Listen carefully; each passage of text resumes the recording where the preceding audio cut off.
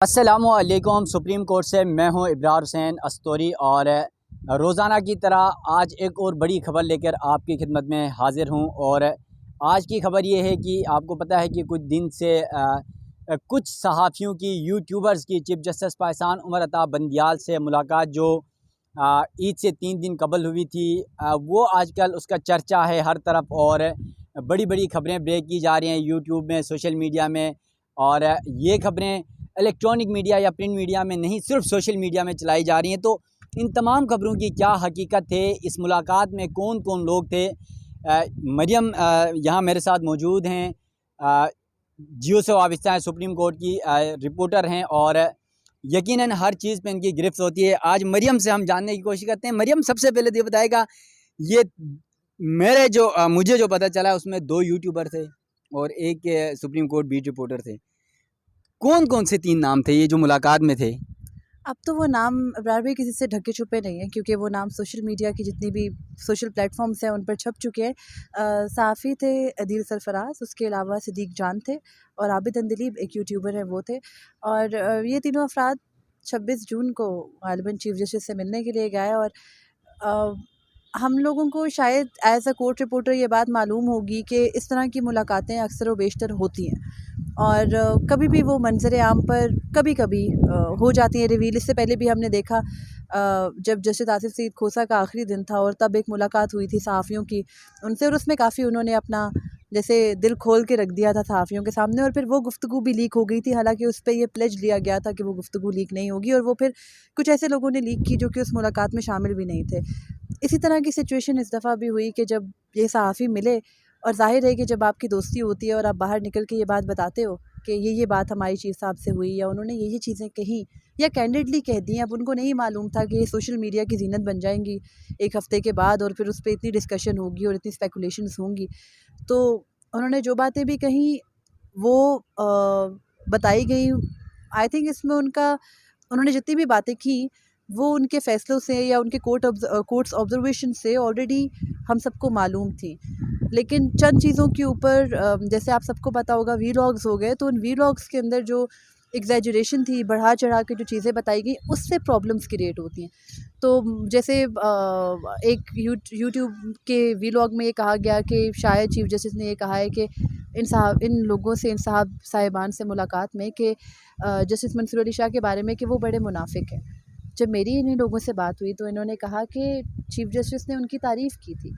ये कहा था कि जस्टिस मंसूर अली शाह, जस्टिस जाया अफरीदी और जस्टिस सरदार तारिक, जस्टिस अतर मिनल्ला, ये 3 वो लोग हैं जो अगर वो बेंच बनाते हैं उस बेंच का हिस्सा ज़रूर बनते हैं, और फिर अगर उनको कोई रिक्यूज़ करना है या उनका कोई मौक़िफ़ है या उनको कोई प्रॉब्लम है किसी भी तरह की, उस बेंच के अंदर उनका आईनी या कानूनी जो भी मौक़िफ़ है उसको फ़ैसलों के ज़रिए आवाम के सामने रखते हैं। तो चीफ जस्टिस ने इन तीनों की तारीफ़ की थी और जस्टिस मंसूर अली शाह की बुराई कम अज़ कम इस मुलाकात में नहीं थी।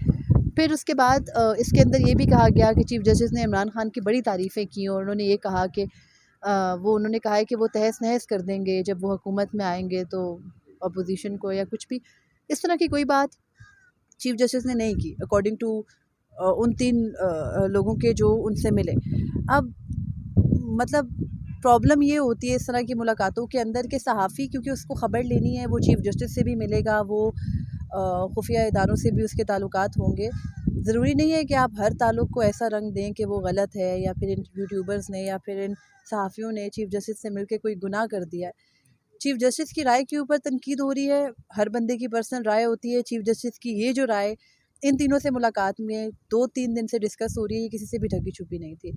हर एक को पता है वो अपने मौक़िफ़ पे कायम है। जस्टिस कादी फ़ाइज़ ईसा और चीफ जस्टिस पाकिस्तान के दरमियान अच्छा ताल्लुक़ अब नहीं है, वो उन दोनों के दरमियान इख्तलाफ़ात हैं, आइनी मामलात के ऊपर है, सुप्रीम कोर्ट के एडमिनिस्ट्रेटिव मामलात के ऊपर है।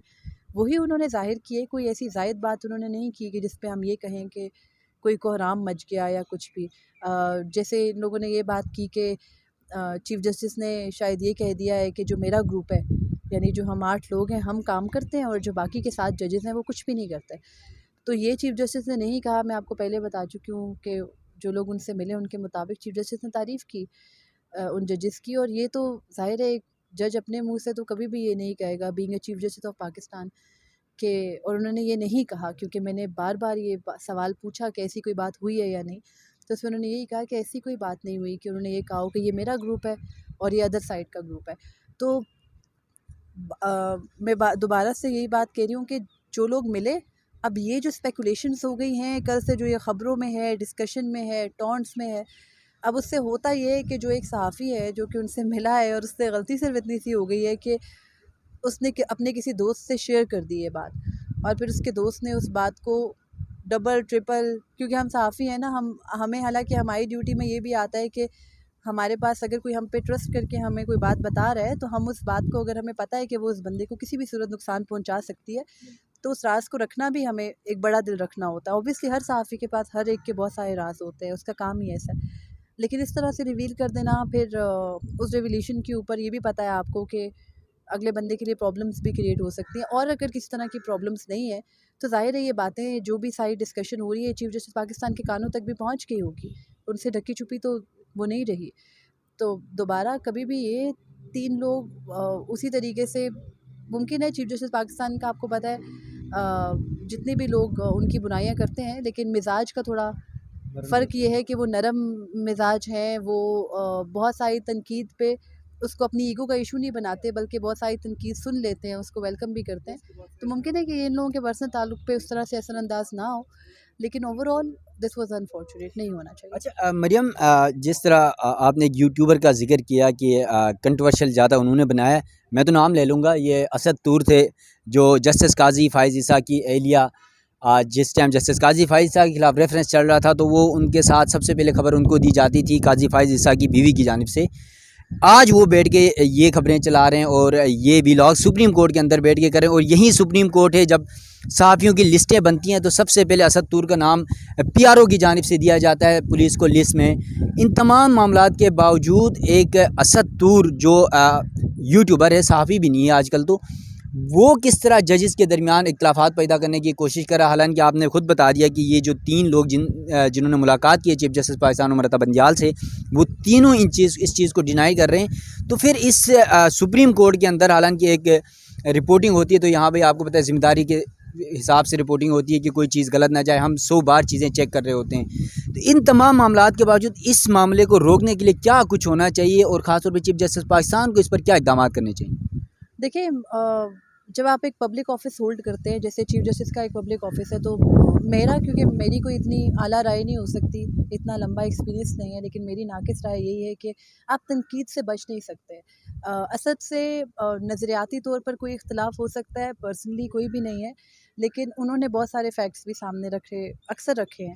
लेकिन हाँ, जजेस के दरमियान ताल्लुकात की बात पे जब आपको पता है कि आपको इतना ज़्यादा देखा जाता है, अब अच्छा, उनकी स्टोरी के अंदर भी वो कोई 100% झूठ नहीं है, उसके अंदर 50% सच भी है, लेकिन प्रॉब्लम उस 50%, बकिया 50% का है, जो सच के अलावा एग्जैजरेशन है। तो हमारे अनफॉर्चुनेटली यहाँ पाकिस्तान में एक रिवाज ये भी बन गया कि अगर आपने यूट्यूब करनी है तो आपने थोड़ी हाइप भी क्रिएट करनी है। हाइप क्रिएट किए बगैर आपको ना व्यूज़ मिलते हैं, ना सब्सक्राइबर्स मिलते हैं, ना ही आपकी जो मोटिव है वो अटेन होता है। तो मुझे नहीं लगता कि सोशल मीडिया को रेगुलेट करने का कोई कंसेप्ट हो सकता है। हम लोगों ने मुतअद्दिद बार सुना, गवर्नमेंट ने भी कोशिश की, यूट्यूब इनफैक्ट पाकिस्तान में एक बहुत अरसा बैन रही, लेकिन वही बात है, जिस तरह जमहूरियत का हल जमहूरियत ही होती है, आप उसको टाइम टू टाइम चलने देते हो, तो ये भी सब कुछ जमहूरियत में ही आता है। आप इस तरह की तनकीद को जारी रहने दोगे, लोगों के अंदर खुद ये सेंस क्रिएट होगी कि ये बात सच है और ये बात झूठ है, तो ही इस तरह की जो गलत या सही मतलब गलत ख़ास तौर पे चीज़ें वो जो है वो उनकी नफ़ी होगी और फिर वो ख़त्म होंगी। अदरवाइज़ मुझे नहीं लगता कि अगर कोई बंदा इस तरह से स्पेकुलेशंस ही अगर कोई मुसलसल दिखाता हो और उस झूठ पे ही मबनी चीज़ें कर रहा हो, तो लोग उसको देखेंगे। ज़ाहिर है कि उनके व्लॉग के अंदर बहुत सारी अक्सर इन्फॉर्मेशन भी होती है। मरियम, एक चीज़ ये है ना, देखें असद तूर हालांकि खुद प्रोड्यूसर रहे हैं, बड़े इदारों के साथ रहे हैं और ज़िम्मेदार शख्स हैं, उसके बावजूद वो चीफ जस्टिस क्या ऐसा से अल्फाज इस्तेमाल कर सकते हैं? जस्टिस मंसूर अली शाह मुनाफिक हैं, क्या इस तरह के अल्फाज ये मुनासिब? आप खुद कोर्ट रिपोर्टर हैं, सहाफ़ी हैं, ये चीज़ें समझती, क्या इस तरह के अल्फाज इन्हें इस्तेमाल करना चाहिए? ये तो ऐसा लग रहा है कि जजेस को लड़ाओ और फिर हुकूमत करो। देखिए, इस तरह के अल्फ़ाज़ इस्तेमाल करने पे इससे पहले सुमोटोज़ हो जाया करते थे। तौहीन अदालत लग जाया करती थी। आपको याद होगा मतीउल्लाह जान साहब ने सिर्फ़ एक ट्वीट की थी, उस ट्वीट में किसी का नाम नहीं लिया था, लेकिन उनके ख़िलाफ़ तौहीन अदालत कर दी थी जशीद गुज़ार के दौर में आई थिंक ग़ालिबन। फिर उसके बाद जशीद गुज़ार के बारे में एक कराची में कोई एमक्यूएम के पीपल्स पार्टी का कोई नॉर्मल सा बंदा था जिसने उन्हें सेक्टर कमांडर कह दिया था और उस बात के ऊपर उन्होंने सुमोटो कर दिया और फिर वो गरीब का बच्चा 6 माह जो है वो जेल में रहा।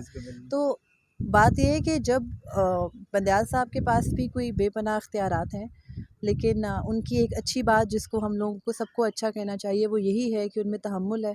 उनके ऊपर जितनी भी तनकीद आज तक की गई है, उन्होंने कभी किसी से मुड़ के उस तनकीद का गिला नहीं किया। हालाँकि हमने यहाँ ये भी देखा है कि कुछ जजेस की ये भी बात रही है कि वो प्रॉपर्ली सामने वाले बंदे को पॉइंट आउट करके कहते हैं कि तुम तो मेरे पे तनकीद करते हो, तो तुम तो मेरे बारे में ये कहते हो और तुम मेरे बारे में वो करते हो, तो अब तुम आके मुझसे बात ना करो। तो हम लोगों ने यहाँ बहुत कुछ देखा। आप चीफ़ जस्टिस पाकिस्तान की आप इसे क्वालिटी ही कह लें, अगर 100 बुरी बातें भी होती हैं तो इंसान में अच्छी बातें भी होती हैं और उनकी अच्छी बात है कि वो मीडिया के ऊपर अभी तक उन्होंने कोई रिएक्शन नहीं शो किया।